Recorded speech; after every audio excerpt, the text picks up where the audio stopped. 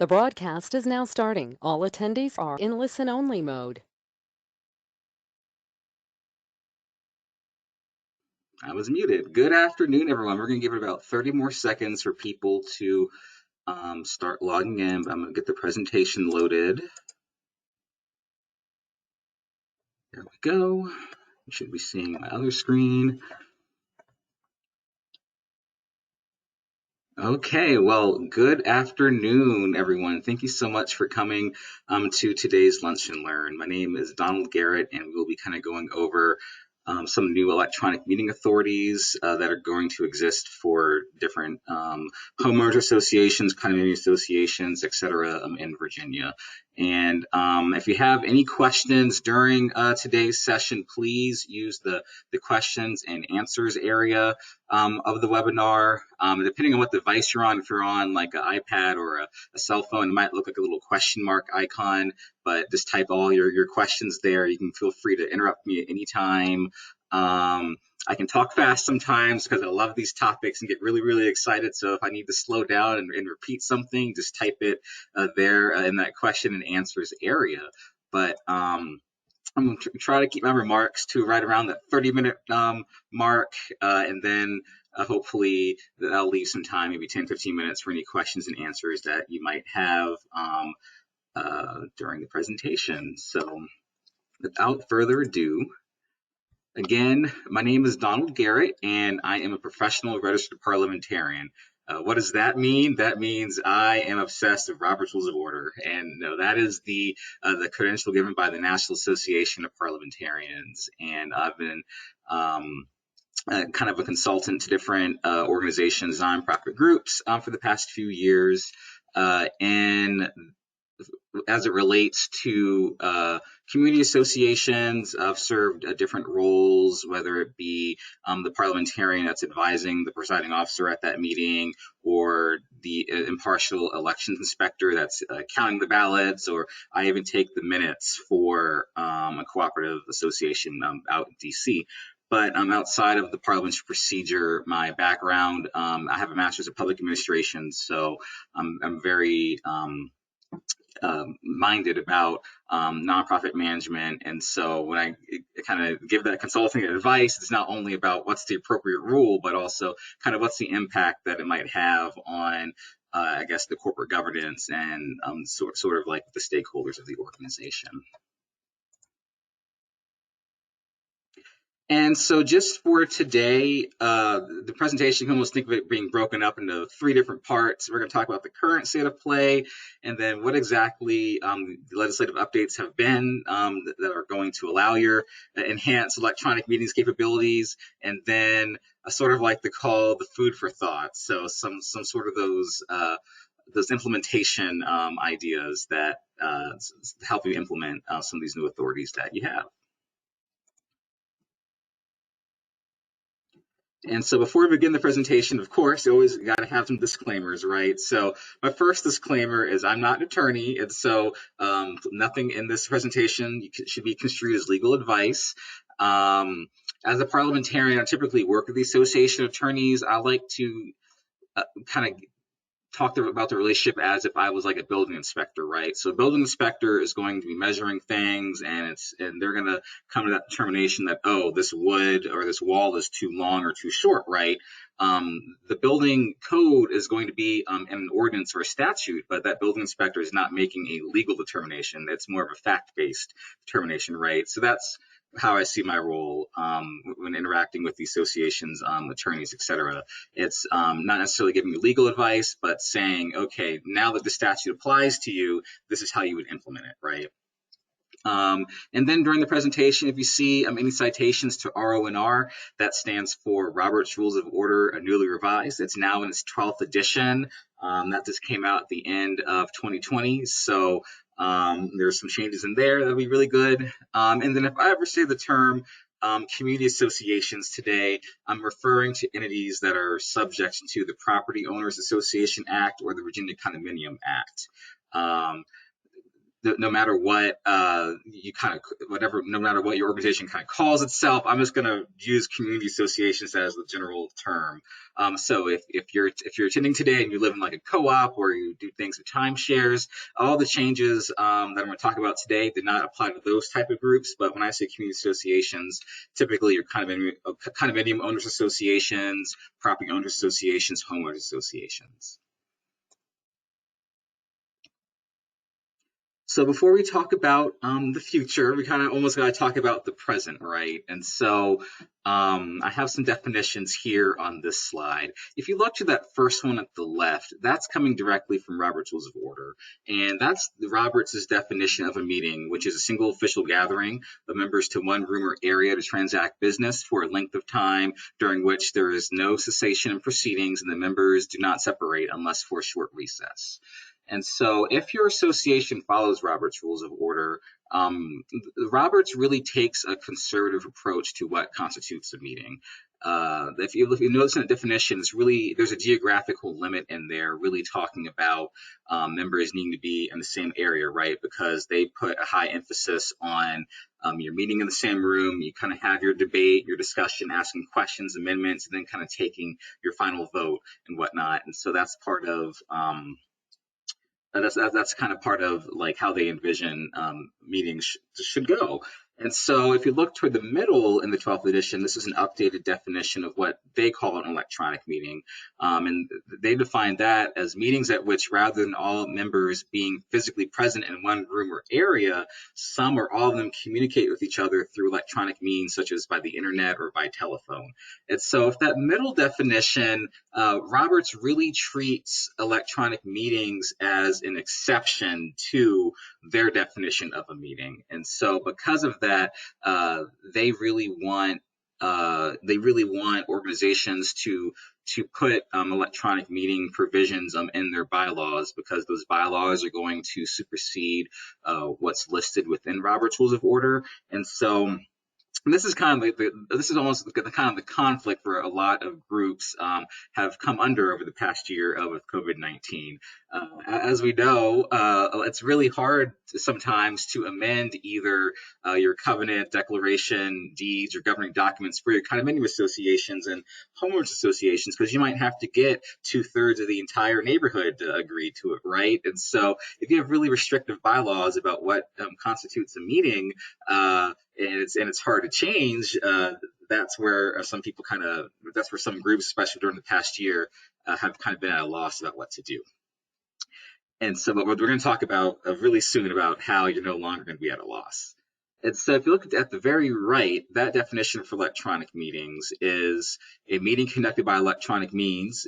A meeting conducted by electronic means includes a meeting conducted via teleconference, video conference, internet exchange, or other electronic methods. So actually starting July 1, that third definition is going to be the definition for electronic meetings for all the community association groups. And that's really important because in the Code of Virginia, they're really looking at meetings as an electronic meeting as an equivalent to an in-person meeting just done electronically. So that small nuance change is actually going to be really, really big for community association groups, because now instead of it necessarily needing to be an exception that's kind of listed in your bylaws, you now have the option to just essentially treat it as the same thing as a regular meeting, but you're just using technology to convey it.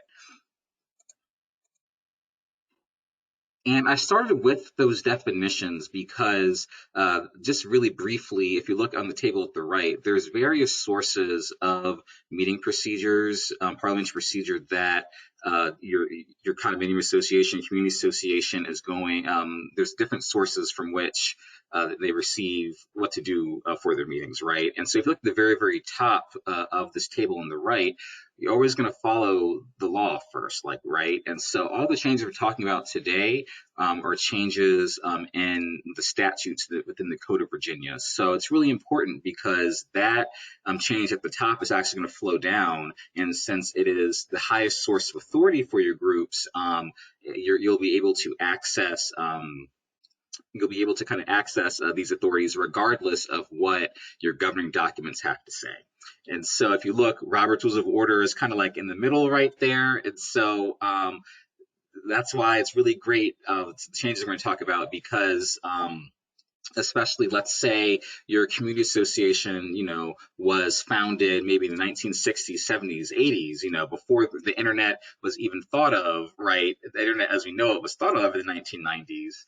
And so if your neighborhood was established in the 1980s, I'm pretty sure, unless you could see into the future, you wouldn't have known to kind of put internet meetings and things like that like within your bylaws, right? And since they're so hard to change, that's kind of what happened. That's kind of what some groups have really fallen into. So it's really lucky that the changes we're talking about actually are happening in the state law. So it's really going to supersede most governing documents and everything. So it makes it nice and widely applicable for all the community associations.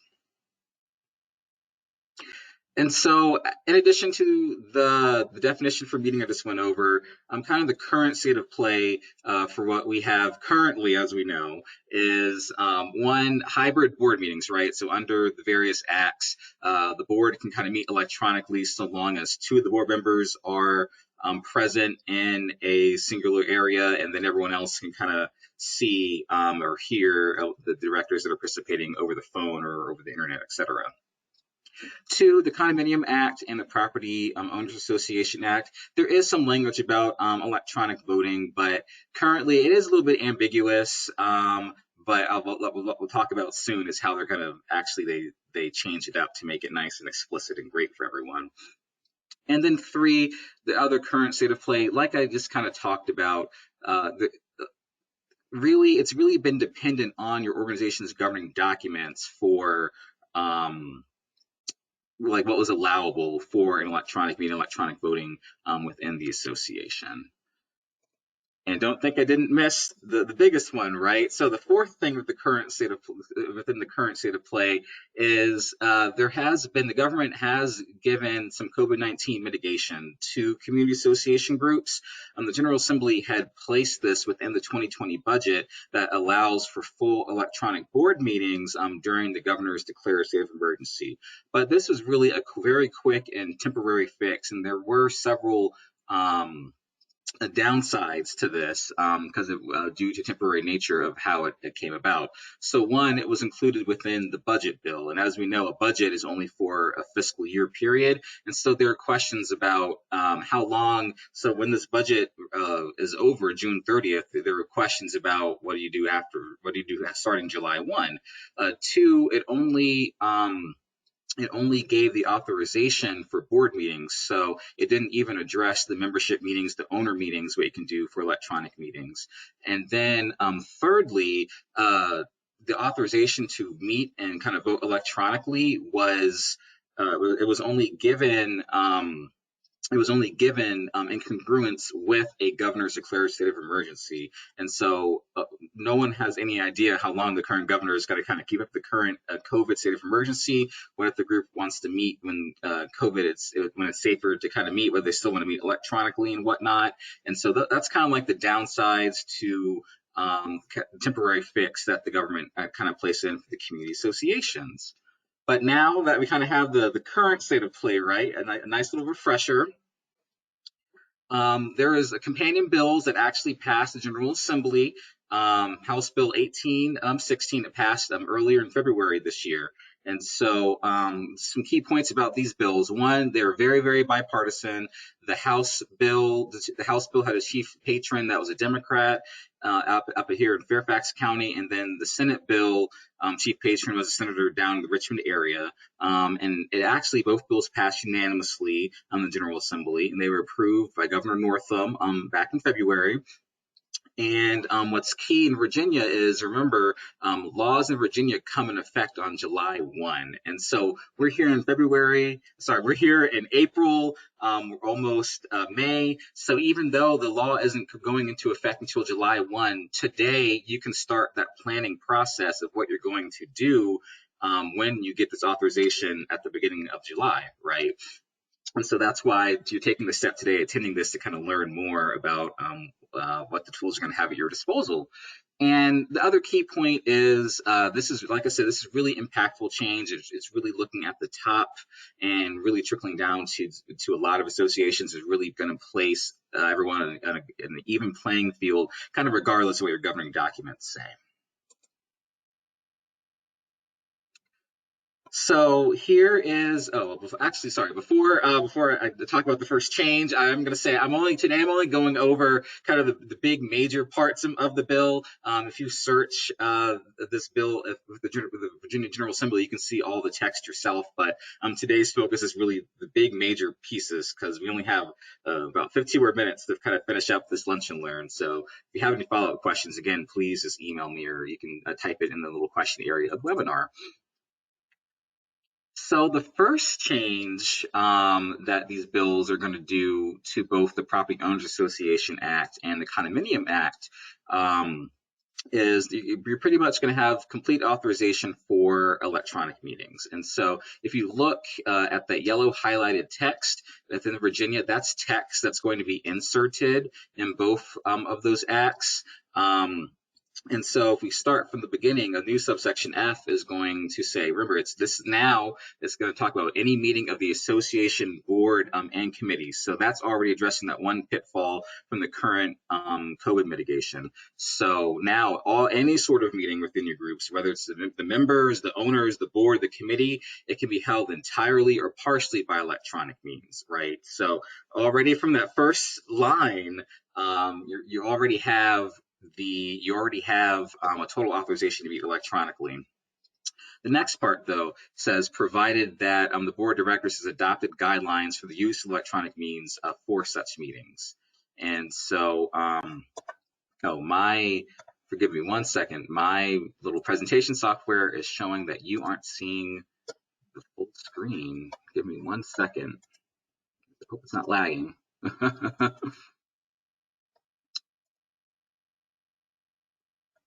Let me. So, can you guys see the actual code? I don't know. Let me exit out and enter back in. Oh, there it went. Okay. Oops. That happens sometimes, right? So there we go. Perfect. Sorry for the little delay. And so, as I was saying, the next part that's really important is it says provided that the board of directors has adopted guidelines for the use of electronic means for such meetings. So if you take away one thing today, the main thing you take away is your board is going to need to adopt some guidelines now starting July 1. So guidelines either need to be within your neighborhood's policies or resolution of the board that are saying, moving forward, this is how we want to do electronic meetings, whether they're fully electronic meetings or partial electronic meetings. So that is, if you take away one thing today, your board is going to have some homework to do. So starting July 1, it can adopt some guidelines for starting July 1 to be able to do meet the electronically.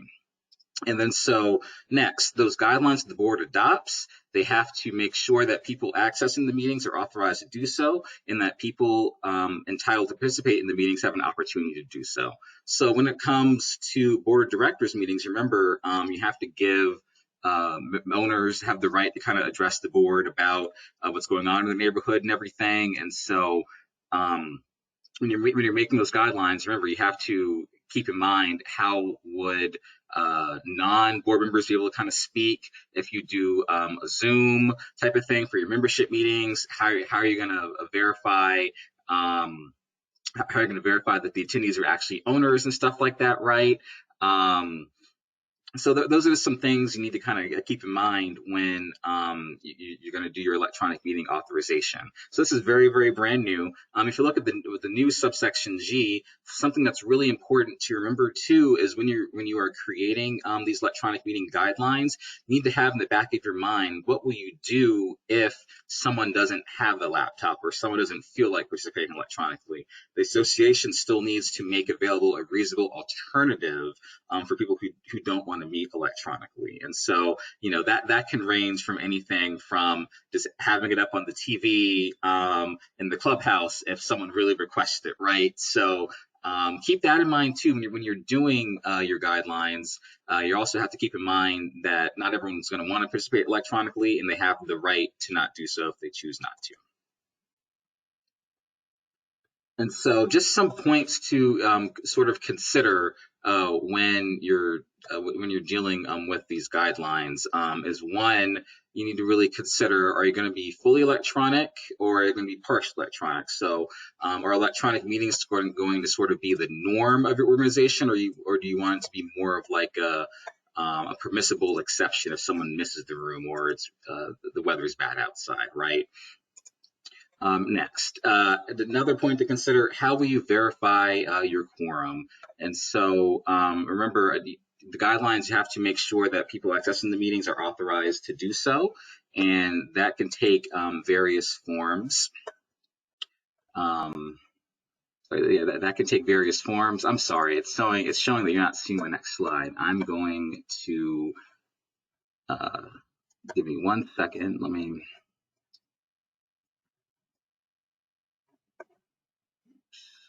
I'm going to share my other screen so you can see the slides just to make sure.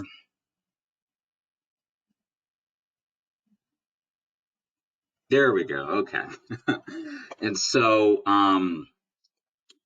yeah, how do you verify the quorum, especially for the meetings that you have your owners with and not just only the board participating. And then finally, how are attendees going to participate in the vote? And so if your board meetings are electronically, remember they still have to be open votes. So whether that's a roll call for your membership meetings, if you vote by percentage weights, you might need to figure out how exactly you're going to accomplish that.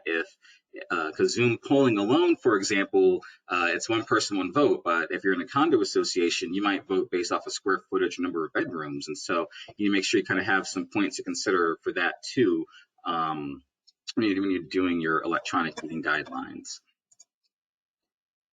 Okay. The next big change is, in addition to electronic meeting, the Code of Virginia change, this act actually is authorizing electronic voting too. So this is the first about 7 words of this new subsection 8. It says unless expressly prohibited by the governing documents. And so that's really, really key, because as we talked about earlier, if your governing documents are old and you can't update them, and you created your association before the internet was around, you probably didn't have any internet meeting authorization in your bylaws. But now, but now Virginia is allowing you to liberally construe those documents, and so now, unless it's something that's expressly prohibited, you now have this voting authorization, right? So it says a member can vote at the meeting of the association either in person, by proxy, or by absentee ballot. And that voting can take place by electronic means, again, provided that the board of directors has adopted guidelines for voting by such means, right? And so I did have a question pop in. Someone asked about a copy of the slides. I will email them out right after. Don't worry, you'll get the slides after. And so, yeah, this is very, very, very key right here at the very last sentence. So it says members voting by absentee ballot or proxy shall be deemed to be present at the meeting for all purposes. And so previously, if your bylaws didn't speak about absentee voting and whatnot, you now definitely have that ability to do so if someone wants to choose to do that. And so I think absentee ballots, a lot of the times people might not feel comfortable filling out a proxy form because essentially, if you're going to instruct your proxy on how to vote, you're kind of announcing what your vote is, right? And it's not going to be secret anymore. But now you have the option of doing your elections or your balloting kind of beforehand, and then anyone who kind of voted in that electronically is counted as present at that meeting. And so you have a lot more things that you can kind of do now. With this subsection 2. And so again, now, in addition to not only being able to kind of have proxy and absentee voting definitely, that can also take place by electronic means, but again, provided that the board has adopted guidelines for those electronic means. And so the slides will be available after, but there are some pitfalls definitely when it comes to absentee ballot voting. I kind of like to think of that. So if you remember kind of the mail voting that we had during the past government election, there's quite a few things to kind of think about. And so sort of the main thing when you're implementing absentee ballots is what's the cutoff date for someone who should receive a ballot, right? Compliance with the organization's documents is an ongoing thing, and so if your bylaws don't necessarily address like a record date of who's eligible to participate at an annual or special meeting, that's something I'm definitely going to put in the policy that the board's going to have to adopt. Or, for example, what if someone ends up paying their dues, and then should they be able to get the ballot then, type of thing? So think about those sorts of things. Next, units that are co-owned by spouses or have more than one owner, you need to make sure that if you're sending out the absentee ballot via email, you might need to update the database to kind of figure out what is a primary email address, right? So unless you can kind of get it sent out to all four of them and they all receive the same one, you might have to figure out who's the one owner that receives the ballot, because you don't want someone to be able to vote about 3 or 4 times if there's 3 or 4 owners on that same unit, right? Another thing to kind of keep in mind is what if a member wishes to change their mind? Sometimes people submit the absentee ballot, but then they show up to the meeting anyway and want to do something different. And so you need to kind of address that. I really recommend you kind of holding on to the ballots and really not counting them until the very, very end, because you never know if someone shows up to the meeting, right? And that's really important because you don't want them to be counted doubly, right? So what if someone gives someone else a proxy and then they cast an absentee ballot and then they still show up, right? So those are just kind of things and pitfalls that you want to make sure you kind of think through when you're adopting the guidelines for how you want to do the electronic meetings.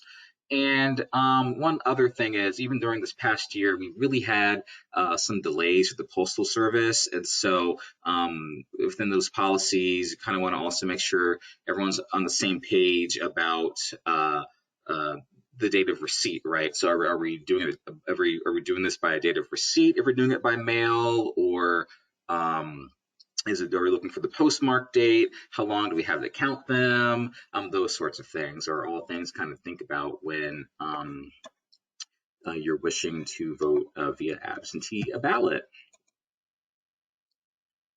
And so, this is my little final plug right here, right? So I kind of gave a lot to think about. It's been a quick 30 minutes, right? But I kind of gave a lot to think about. But here, I founded my company Last Minute Meetings because I love partnering with community associations, nonprofit groups, and being able to kind of help with their governance. And so, I'm definitely here to help if you have any ideas or just sparked an idea and you have no idea where to start, type of thing. I'm here with my expertise in parliamentary procedure and everything to kind of help you be able to implement these new authorities that you do have now as a community association. So that can range everything from organizational assessment. That could be you have no idea where to start, and you don't know what options you have, or if people are going to even be open to it, right? I can be there to help engage the stakeholders and kind of figure out a solution.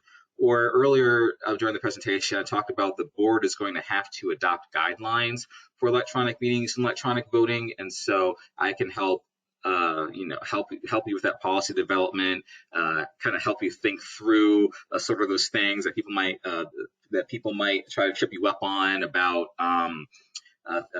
Might try to trip you up on about things you didn't think about when you're doing the policy resolution and everything. Or even if it's just implementation support, which is just, attending the electronic meeting or running the Zoom for you, or being the impartial ballot administrator for your annual elections and whatnot. So that's my final message today. My important message today was, starting July 1, your board is going to need to come up with some guidelines for electronic meetings. My second important message is I'm here to help you come up with those guidelines should you need it.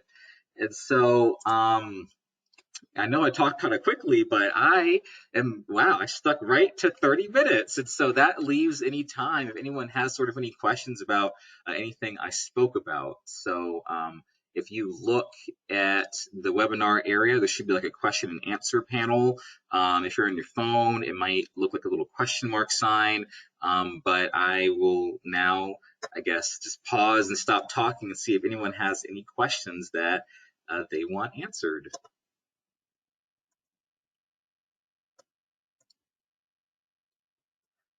Oh, I gotta thank you. Thank you so much. I hope everyone learned something today. That's great. And then the one question I did receive is, will we be able to get copies of these slides? And so I have it programmed to send out a recording of the webinar after. And so, but if not, I'll also make sure to just email you a copy as well too. And this is my contact information here on the right-hand side of the screen. Oh, I'm getting a bunch of thank yous. Oh, thank you guys so much. Yes, I'm glad you guys thought it was helpful. Um, a little bit of backstory. I had to purchase GoToWebinar for one client that I do some meetings for. This is the software that they use. And then I thought, you know what? I could use this for myself too, do like a little presentation to get some information out there. And so this is actually my first time kind of doing a presentation like this. And so I'm glad you found it informative. And I think my contact information is definitely on how you signed up for this. So if you have any other sort of ideas for quick lunch and learns that you might have questions about, just send me an email. And hey, I might send out another email blast to all the HOAs in the county and see what happens. Oh, I got another thank you. It's informative. Okay. Well, any other sort of questions anyone has?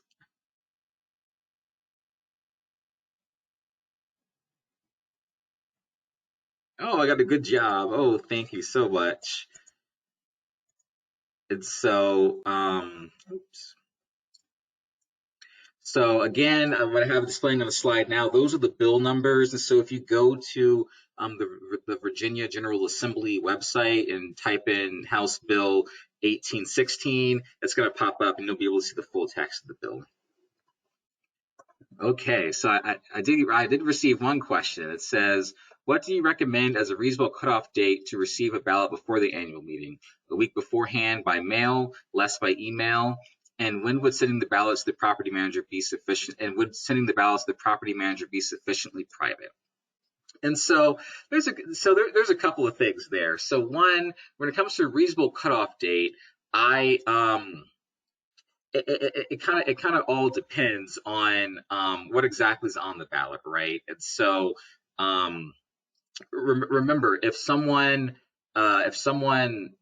votes either by ballot or shows up in person, they're still in person, like at that meeting. So what's really important is to make sure that whatever your cutoff date is, that no one votes twice. That's primarily important. And so I personally, for absentee ballots, I actually I like using dates of receipt, but I mean that also kind of depends on the nature of the neighborhood, right? How many people kind of, if it's like a subdivision and people kind of still live in the same neighborhood and you're just dropping it off somewhere, right? You might have one sort of cutoff date versus if you're primarily a high-rise condominium and you might have owners that live in foreign countries and everything, right? Or live outside of the state and they need to mail it in. You might have a different cutoff date. So that really kind of depends on the the type of neighborhood you live in. So that can be specific. Next, so by sending ballots to the property manager be sufficiently private. So if you're doing a paper absentee ballot, you need to design it so that there's an inner envelope and an outer envelope. So the outer envelope will have the contact information of who's submitting the ballot, so you can check it off the list. But then the inner envelope is the actual ballot itself, and so you open up the inner envelope and you kind of switch it around so you don't know who voted which way, but you want to still capture who submitted the ballot, but then have a reasonable mechanism by which the vote is still secret. If you do it by email, I like using it's called Election Buddy. And if you do it by email, you don't run into that issue because if it's just submitted via the email, you kind of take off the human eyes from actually opening it and counting it. So let's see. Is the Zoom anonymous poll tool sufficient for secret ballot, assuming you've verified the people? It is, but the one caveat with Zoom is if you are a condominium association and you vote by different weights based off of your unit size, Zoom might not be as sufficient if you have to account for various weights of voting. There are kind of ways. I have come up with some mitigations around that, but if it's one person, one vote, Zoom is definitely okay if you do it anonymously for the voting. Do ballots need a paper trail or does an electronic trail, i.e. tied to an email address, also okay? So let me actually go to that slide. Was that on there? So generally you do want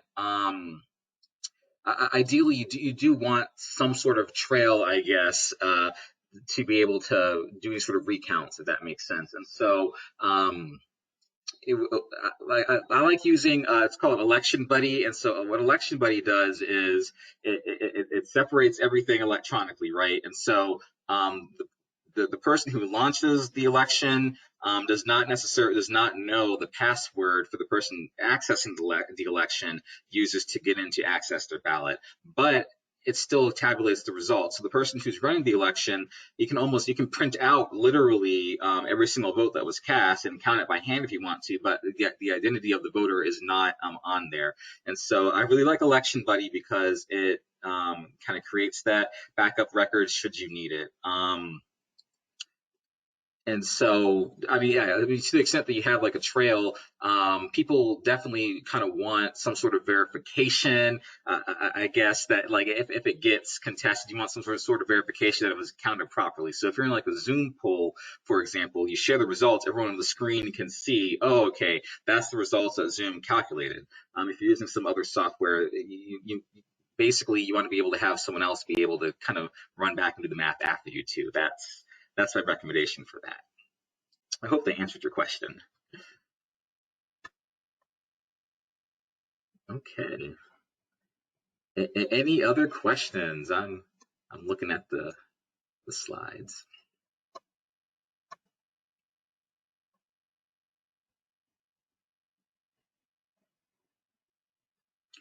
Yeah, so again, remember the main key point is your boards are going to have to create some guidelines about what they want to do. And so some of these questions that you're talking about, it really also depends on the trust level of your organization and the technology skill level, and like if you're all living in the same same building, if you're just dropping off a ballot at the front desk type of thing, that's a lot easier than having to account for a lot of out of neighborhood owners, for example. So there are certain physical characteristics of neighborhoods that come into play about what the optimal solution might be. So I hope I answered the questions at least widely and generally enough for everyone.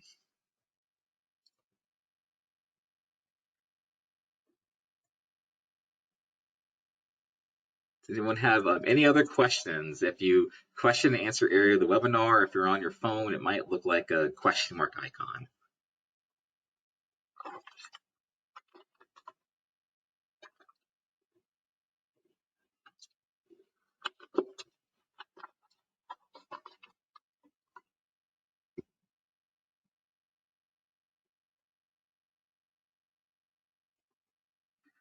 I will give it about one more minute.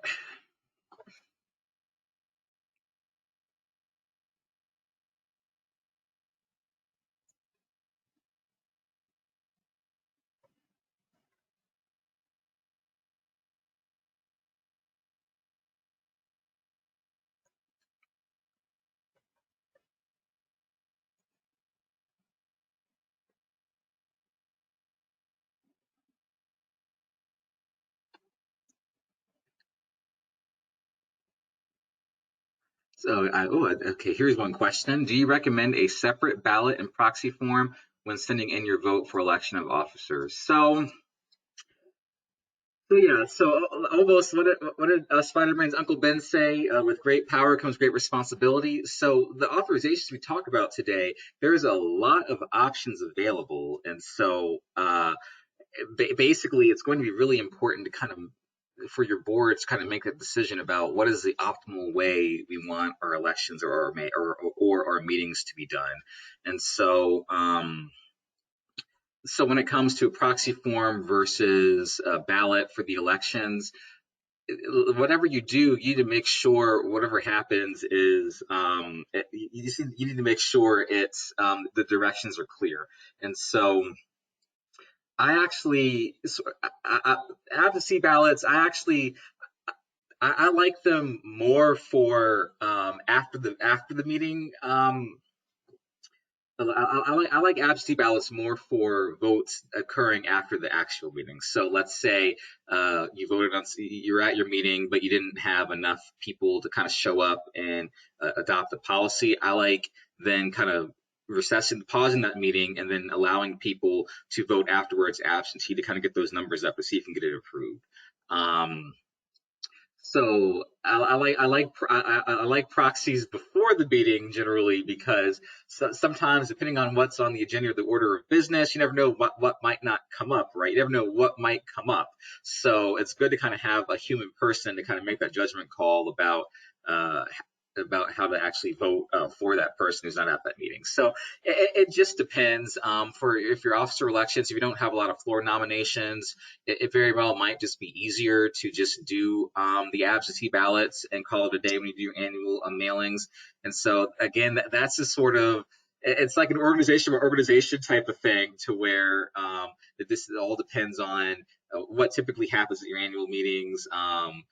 I guess, do the meetings ever get contentious? And if people kind of prefer the anonymity of an absentee ballot versus telling a proxy holder how exactly you want to vote. So, yeah, so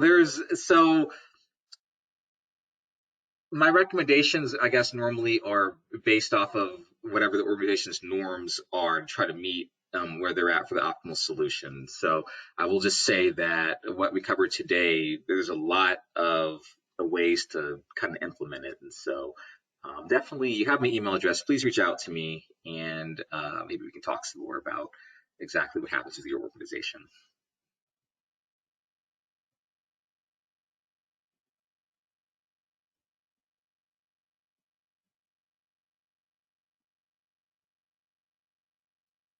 Do you need to require proxy forms to be sent in ahead of time to replace the person being present at the meeting? And so, I mean, the way proxies work are ideally the proxies need to be filled out prior to the meeting, unless someone shows up to the meeting, right, and then kind of revokes it. And so the proxies definitely need to be designated before the meeting begins for them to be present at the meeting. Absentee ballots, on the other hand, whether they're received before or after the meeting, depending on what guidelines you set, they're still counted as present at the meeting. So proxies definitely need to be before the meeting. Absentee ballots, you do have a little bit of leeway depending on how you implement that. This next question, if I heard you correctly, HOAs have to implement electronic meeting and voting by July 1. So what I was saying is everything we talk about today goes into effect July 1. And so starting July 1, you have all these options available to you. My recommendation is that, you start today thinking about what exactly you might want to do and how you might want to implement it. So when you vote on it and whatnot, it can be in effect starting July 1. But so that's where your board to start implementing this thing. So you don't have a deadline to implement it by July 1. It's starting July 1. You have all these new authorities at your disposal.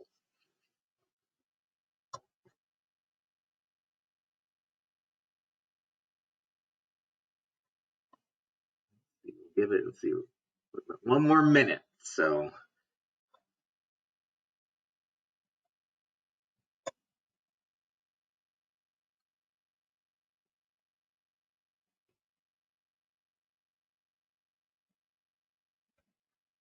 any other questions? Well, I'm glad you guys could at least hear me and there was any audio issues.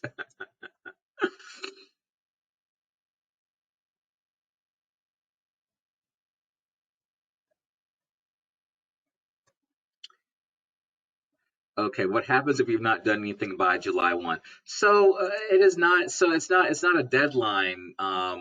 It's not a deadline to do something by July 1. What I'm saying is the authorities that I went over today that you now have, starting July 1, you have those abilities. And so there's not necessarily anything bad about waiting after July 1. My personal recommendation is, get started today, basically. But yeah, there's something bad that happens.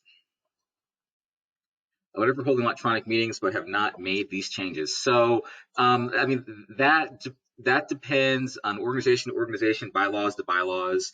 Currently, all the boards definitely have the electronic meeting authorization because of the COVID temporary,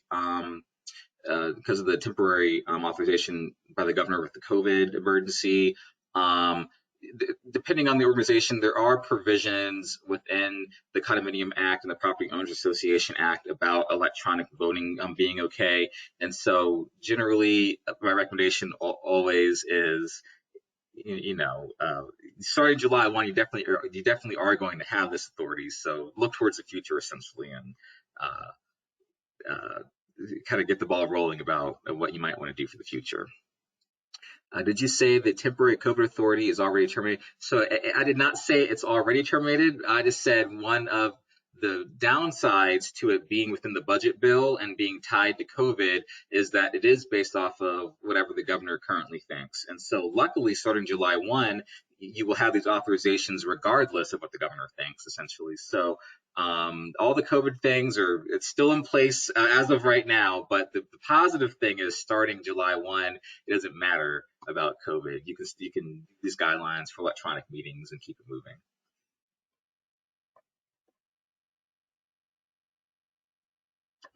Well, I said I didn't want to keep anyone past 1:15. We're already at 1:16, and so thank you so much for everyone for attending the presentation today. If you are viewing this recorded, this is my contact information again. So if you have any questions, you can always email me, or my phone number is there too if you want to discuss further. Because there's always nuance to these conversations, right? So if there's not any other questions, thank you so much again for attending. I'm going to stop sharing my screen. I'm going to end the broadcast.